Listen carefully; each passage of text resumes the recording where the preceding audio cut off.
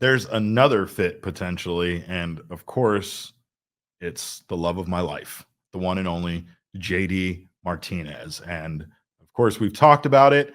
We know it's a very real possibility. I told Damon that I look at his baseball savant page every single night before I go to bed. It's like a warm glass of milk. It just feels so good in my tummy. And it just makes me just fall right asleep happily. I asked Derek, is he the one? And Derek said, yes, he's the one. He's the one. He is him. 271 batting average in 2023 with a 321 on base percentage, 572 slugging. He had 33 dingers, 103 RBI, and a 2.2 WAR. And, of course, the big difference here is you kind of know what you're going to get out of JD Martinez. Damon made a great point about so many times, especially in the World Series against the Rangers, where the Diamondbacks just needed that guy. And unfortunately, Christian Walker, who was that guy for the team during the regular season, shied away or just struggled in some of those big moments. It feels like JD is the kind of guy that they really need in the offensive lineup that can just be that threat, just be that guy that, not, of course, obviously I know he hits a lot of home runs.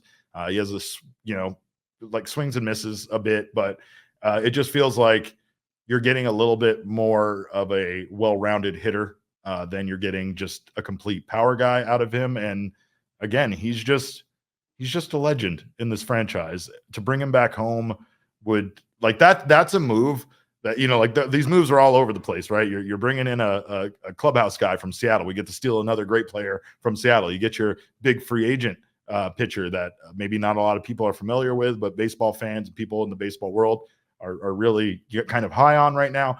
And to bring back somebody that was part of this organization previously, that just kind of brings that sense of familiarity and bringing someone home like we had with Andrew Chafin last offseason, it's like perfect for me. Of course, there is the fact here that he's, currently negotiating with the Dodgers, I'm sure. And most likely if the Dodgers aren't able to land the big fish, right, they're going to have lots of money to spend on some of these other guys. That's the reason why I'm surprised the most that the Erod deal went down when it did. I almost feel like agents are doing a bit of disservice to their clients, considering how much money is going to just be available once Ohtani decides on where he's going to go. And it feels like teams might have been offering a bit more money. It might be another one of those like Corbin Carroll situations where Hazen did this deal at the right time before Rodriguez ends up getting more expensive based on the market. JD Martinez swings at some pitches that he shouldn't, and he swings and misses a lot. And he also absolutely destroys the tar out of the baseball. Like, he just absolutely rakes when he makes contact. Yeah. And if you look at his savant page, that's what you see. It's a lot of really, really, really bright red. And then in the like swing and miss strikeout stuff, it's not so great.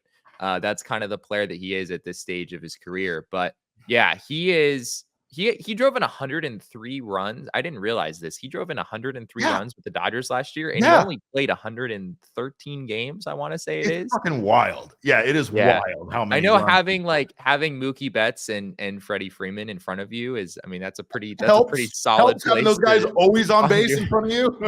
That's a pretty solid place to find yourself in the lineup. But yeah, he had a really solid season. He was really good when he was on the field for the Dodgers. He did miss some time. Like I said, I think at this stage in his career, you probably have to expect that he is going to miss some time.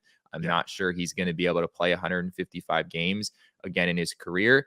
He's not going to. Do they need that? Do they need a guy that can play that they could withstand, if they had to play 40 or 50 games with someone else in there as a DH, they could withstand that. And we've seen them kind of like using the DH in the past as well as a way to just get guys off their feet. So I don't really view that as a problem. You're not going to get anything defensively from JD Martinez. He's just a straight DH. You're not going to see him in the outfield like you did when he was with the D-backs in 2017. But yeah, he can hit, and he is 36 years old. So I think that's obviously the risk factor here. I'll be very curious to see if it takes 1 year. If you can get him for 1 year at maybe like a fairly high dollar value, or if you have to go to 2 years, just given how good of a hitter he was, even in his age 35 season this past year. So yeah, there's an obvious fit here as well. No surprise that the Diamondbacks are interested, and there's either one of these guys, there's going to be some money spent here, and that's another thing that Gambo included in his tweet is that he's still hearing, JD Martinez, Justin Turner as guys the D-backs are going after. It appears that the Eduardo Rodriguez contract is not hindering them from still going after a DH of this caliber, which is, of course, a really big variable that we touched on yesterday.